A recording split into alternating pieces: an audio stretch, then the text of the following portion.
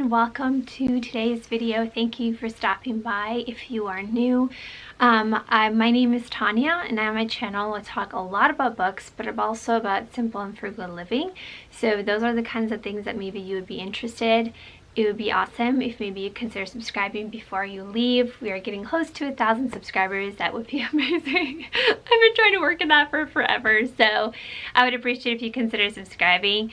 But in today's video, I feel like I am honestly just really excited. I feel like I kind of wait for these days. I try to film on Friday afternoons, and with everything going on in the world, I feel like this is just so nice to do this for me because if you don't know, so I'm from Ukraine. I'm from the eastern part, and obviously with everything going on in Ukraine, I just feel like I'm in this weird little cycle where it's like I wake up every morning and now my first thing is like, okay, make sure everyone's alive. Like, it's just so weird, like calling my family just like it's just part of my life now. And it just like sorry, I'm not, but like all I'm trying to say is I'm just really happy to have this channel, to have something weekly to be able to record and talk about books because they just make me happy, or whatever else on this channel. So, and thank you so much just to those of you who are here. And again, just also thank you for prayers and any donations and things that you've been able to do for Ukraine. If you're not able to donate, like honestly, prayers is amazing. So thank you, and just taking the time out of your day just to even think about Ukraine for a second. And so I appreciate it very much. And my family is good in Ukraine. They're physically safe, but obviously it's a difficult situation, and you know, so it's going. We're surviving, we're doing good, we're praying, we're trusting God, we're trying our best. And I'm hoping my hope is that there will be some kind of refugee program from the US. So hopefully I'd be able to get my dad here, and his, you know, like my sister who's there, and just maybe even my aunt and uncle, just all my family members. If there'd be a possibility to get them here, that would be kind of what I'm praying for and hoping will happen, so they could come here and live with me in Minnesota and be safe. But in today's video, I wanted to talk about the books that I read in February. So I'm really excited. I don't think this video is up yet. Hopefully it'll be up soon, but I recently did a book haul, and so some of those books were newer books that I hauled. Some of them were also a lot of Kindle books. But I just want to share with you what it is that I read in February, talk about the books, and, you know, give you my thoughts and opinions on them. So let's get into this video and talk about the books I read in February. So as usual, if I don't have the picture, I'll put it up on the screen because a lot of them I read on my Kindle, or they were library and I returned some of them already. So the first book that I read was The Cruel Prince, because I hear a lot about this book online and stuff, and on BookTube and all those things. So I thought I'd give it a try. It's a YA fantasy book. I gave it a 4 out of 5 stars. I know some people like really love the series, you know, and I thought it was okay. I don't know. I mean, I liked it. I did read through it. It's 4 out of 5 stars for me, but I don't know. I don't think I'm like obsessed with it, or like it really hits me. Like, it doesn't really click for some reason for me like 100%. It's not horrible, like I said, but it's not my favorite like series or fantasy series. It follows a story of, again, it's in a fantasy world, like the Fae world, and there's Jude, and she's technically human, but she lives in the fairy world, and obviously there's this whole world building aspect to it in the fantasy book. And there is kind of like the royalty of the fairies, and there is of the Fae, and then there is, why can I never remember people's names? What's his name? Carden? Is that right? I don't know. But he is one of the princess, and he, like as the title suggests, he's kind of like cruel and just really picks on her, and as do the other royalty, because part of her being like human, she's kind of looked down upon. And so just kind of follows her.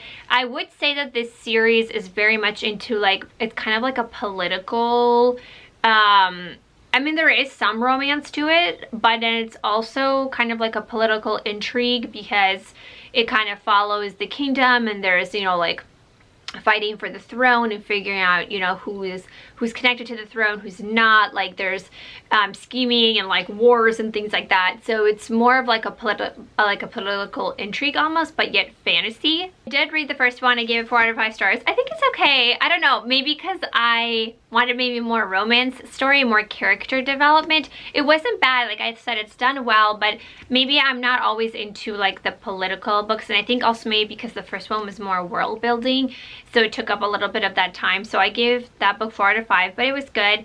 And then the next one that I read was The Wicked King, which is the second book in the series.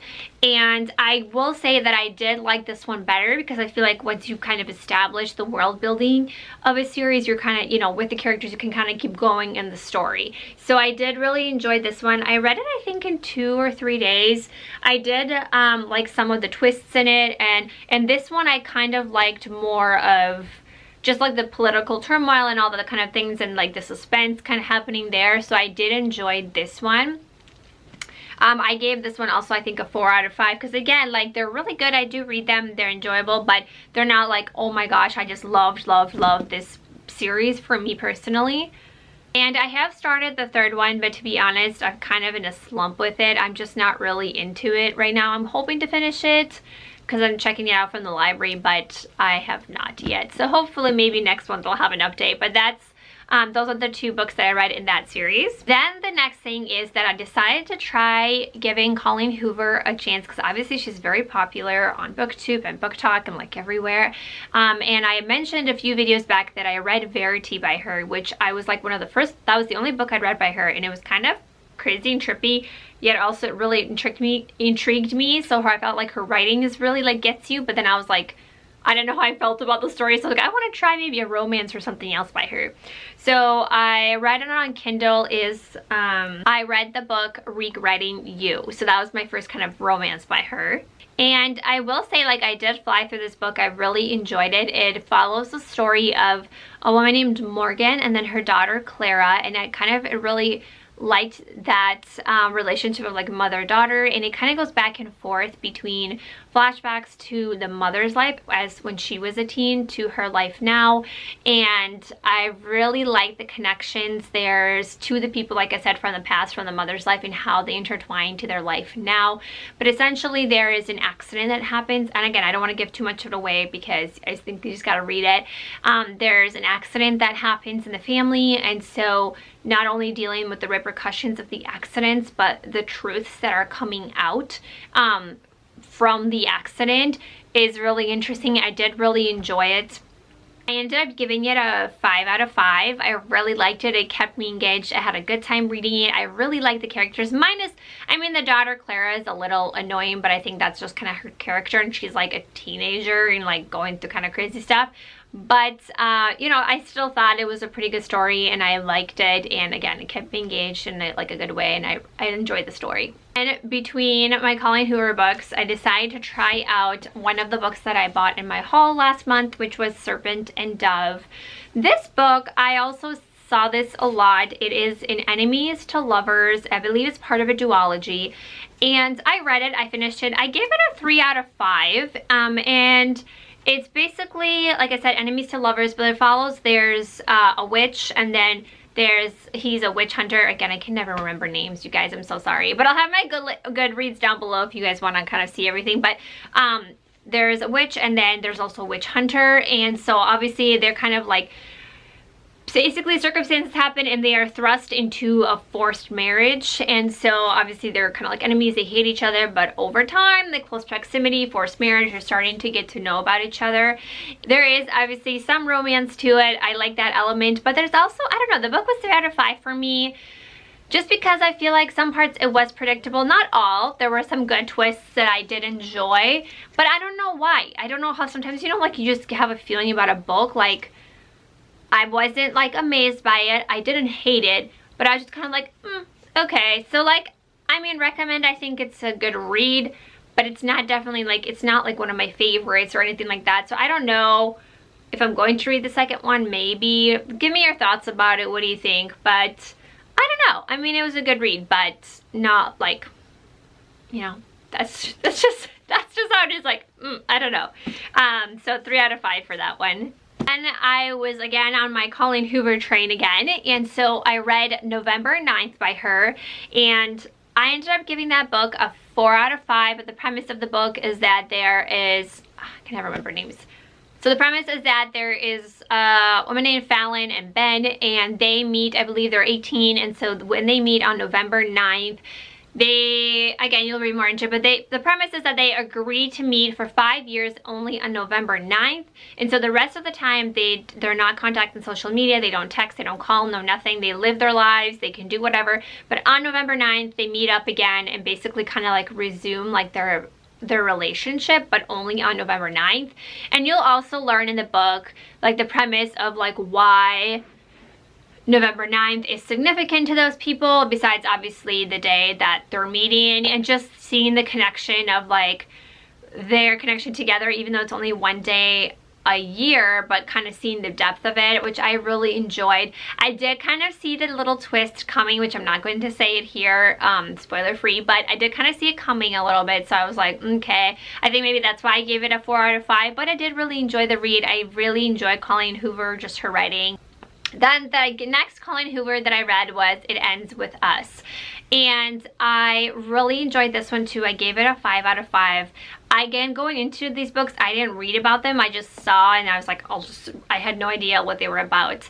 And I really enjoyed It Ends With Us because I think what even I connected the most to and I really enjoyed reading was actually the author's note at the end, where Colleen kind of talks about her life and why she wrote the book and what it was based on. I connected to some of the things in the book because just from my childhood and the history, if you know what happens and It Ends With Us, and some of the, again, also trigger warnings, if look those up, if those, you know, if you're worried, like you don't want to read about like domestic abuse or emotional abuse or those kind of things, that is part of the book. So anyway, so I really did enjoy the book.